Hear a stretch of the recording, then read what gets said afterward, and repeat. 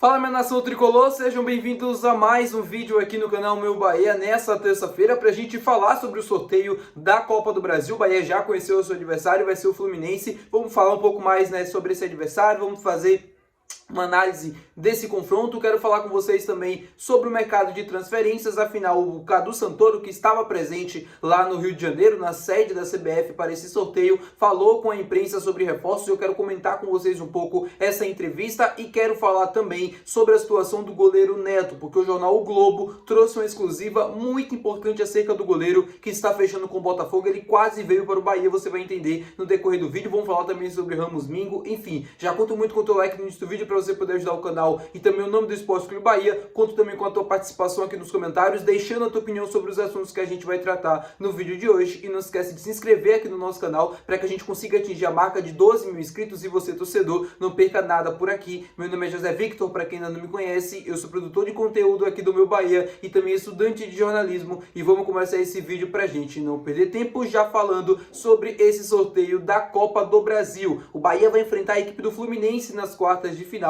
adversário que eu particularmente gostei desse confronto. Eu achei que poderia ser pior, o Bahia poderia pegar o Cruzeiro, o Atlético Mineiro ou até mesmo o Botafogo, que são equipes que, na minha opinião, hoje estão acima do Bahia em desempenho. Porém, o Bahia vai enfrentar uma equipe que a gente viu, recentemente na Fonte Nova, em um jogaço 3-3, em um adversário que o Bahia é melhor, na minha opinião, tecnicamente falando. É um bom adversário, o Fluminense é um time muito qualificado, é um time que tem, assim, suas características, que são, de fato, aquilo que desequilibra, na maioria dos jogos em relação aos adversários. É um time bem veloz, é um time que toca bem a bola, um time que tem bastante qualidade técnica, que sabe o que faz na construção das jogadas. Só que eu acho o Bahia superior tecnicamente falando e tem totais condições de avançar para a semifinal. O primeiro jogo na Arena Fonte Nova e depois o Bahia vai decidir a vaga lá no Rio de Janeiro, no Maracanã. Outros confrontos também dessa Copa do Brasil me agradaram. Cruzeiro e Atlético Mineiro foi um deles. São duas equipes bem qualificadas, é um clássico mineiro, um já vai eliminar o outro. Para mim tá perfeito. Corinthians e Atlético Paranaense é o outro confronto dessa chave, que tem Cruzeiro e Atlético Mineiro. Eu acho também que é uma chave mais equilibrada ao outro lado. O Atlético Paranaense hoje na segunda divisão, dividindo a atenção com a busca, pelo acesso. O Corinthians é um time mais qualificado, é um time que já eliminou o Palmeiras na fase anterior, também tá bem estruturado. Eu acho que tem condições de bater de frente ali numa semifinal com o Cruzeiro e o Atlético Mineiro. E do outro lado, que é a chave do Bahia, tem esse confronto, Bahia e Fluminense, e abaixo tem Botafogo e Vasco. Para mim o Botafogo é favorito, deve avançar de fase. Provavelmente, se o Bahia avançar do Fluminense, deve enfrentar a equipe carioca. Ou não, vamos torcer pro Vasco passar, porque o Vasco passando para a semifinal fica bem acessível o caminho do Bahia para uma possível decisão. Eu só sei que tem 100 milhões de reais em jogo agora nessa Copa do Brasil para o vencedor, e o Bahia precisa aproveitar. O Bahia precisa olhar para a Copa do Brasil, ver esse caminho, até uma possível decisão. Não é possível que os caras estão olhando isso e estão dizendo: essa Copa do Brasil não é nossa, ou pelo menos essa Copa do Brasil aqui não dá pra gente tentar chegar na final. Não é possível que isso esteja acontecendo. É uma Copa do Brasil muito acessível e que não vai acontecer todos os anos, De São Paulo, Palmeiras e Flamengo está fora já nas quartas de final. Dificilmente isso vai acontecer nos próximos anos. O Bahia precisa aproveitar. É uma competição muito importante financeiramente falando, e é uma competição também que dá um título que o Bahia nunca teve na sua história, que é um título de Copa do Brasil. Então é uma ótima oportunidade para o time quebrar essa barreira das quartas de final e tentar chegar numa possível decisão. Falando com vocês agora sobre o mercado de transferências, quero falar com vocês sobre o Ramos Mingo, zagueiro do Bahia, destaque do Bahia, que vem recebendo sondagens do Feyenoord da Holanda e também de clubes da La Liga. Informação veio diretamente lá da Europa e eu quero comentar com vocês um pouco dessa situação. Não é novidade para ninguém que o Ramos Mingo vem ganhando muito destaque por conta das suas atuações nos últimos meses aqui com o Bahia. E naturalmente, pela idade, pela qualidade que ele vem desempenhando nos jogos, é natural que venham clubes, fiquem de olho, mandem olheiros, fiquem observando e tal. Isso é comum no futebol. Então a informação que eu posso trazer para vocês é de que o Bahia trabalha com a ideia de ter o Mingo nos próximos anos.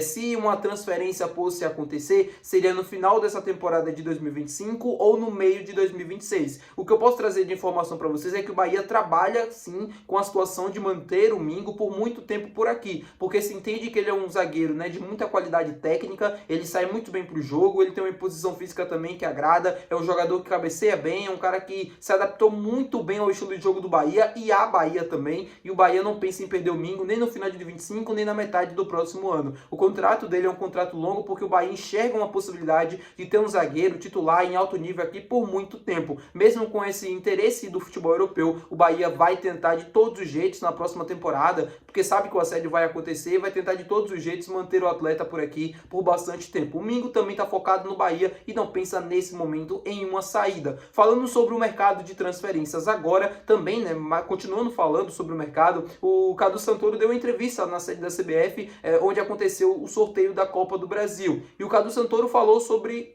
reforços, né? Ele foi, assim, eu me surpreendi, inclusive, até com a entrevista, mas ele acabou falando e acabou sendo bem direto, né, naquilo que o Bahia está buscando no mercado. Ele falou que todo mundo sabe que essa janela do Bahia agora, do meio do ano, é uma janela de ajustes e que a janela mais importante do clube é a primeira janela, que é quando se monta o elenco para a temporada. Ele falou que vai atrás de reforços pontuais, porque sabe que o Bahia precisa de uma posição ou outra, então o Bahia vai atrás de reforços pontuais até o final dessa janela. E o Bahia está sim trabalhando, está se monitorando os jogadores, buscando opções para contratar as opções, as peças, né, que faltam. O Bahia, como eu trouxe no vídeo anterior, pode estar fechando nas próximas semanas, né, próximos dias, a contratação do Matheus Sanabria, jogador argentino que atua no Al Ain, é hoje o jogador mais próximo de vestir a camisa do Bahia, porque o Bahia está negociando, o Bahia está buscando e tal fechar esse negócio o quanto antes, então é o jogador mais próximo, né, de ser o primeiro reforço nessa segunda janela. O Bahia também trabalha com a possibilidade de trazer um zagueiro e um goleiro também ainda até setembro. Lembrando, a janela de transferências fecha no dia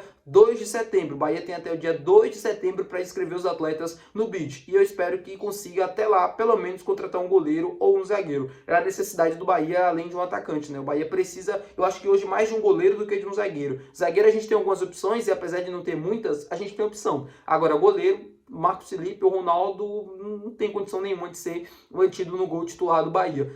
E aí a gente obviamente vai continuar trazendo informações para vocês nos próximos dias. E já falando sobre o goleiro, eu quero falar sobre o Neto, goleiro que está fechando com o Botafogo, já fechou com o Botafogo, que estava atuando no Bournemouth. Ele estava emprestado no Arsenal na temporada passada, mas ele pertencia ao Bournemouth da Inglaterra. O Bahia tentou a contratação do goleiro brasileiro Neto. Essa informação foi divulgada pelo jornal O Globo. Neto, de 35 anos, com passagens por Barcelona, passagens por Arsenal, passagens pelo próprio Bournemouth, um goleiro de muito alto nível, um goleiro de destaque no futebol europeu. Claro, 35 anos de idade, já não era também aquele super goleiro de outros tempos, só que é um cara que ainda assim tinha muita qualidade, não é à toa que estava no Arsenal na temporada passada, tem um ótimo jogo com os pés e por conta disso foi um goleiro procurado pelo Bahia, só que o Botafogo atravessou a negociação e conseguiu contratar o goleiro. Lembrando que o Botafogo contratou o Neto também pensando na possibilidade do John deixar o clube, o que não aconteceu. O John e o Neto vão disputar a posição lá no Botafogo. O Botafogo que tem dois goleiros de altíssimo nível, enquanto o Bahia não tem nenhum. É a diferença, né? É o que eu falo pra vocês.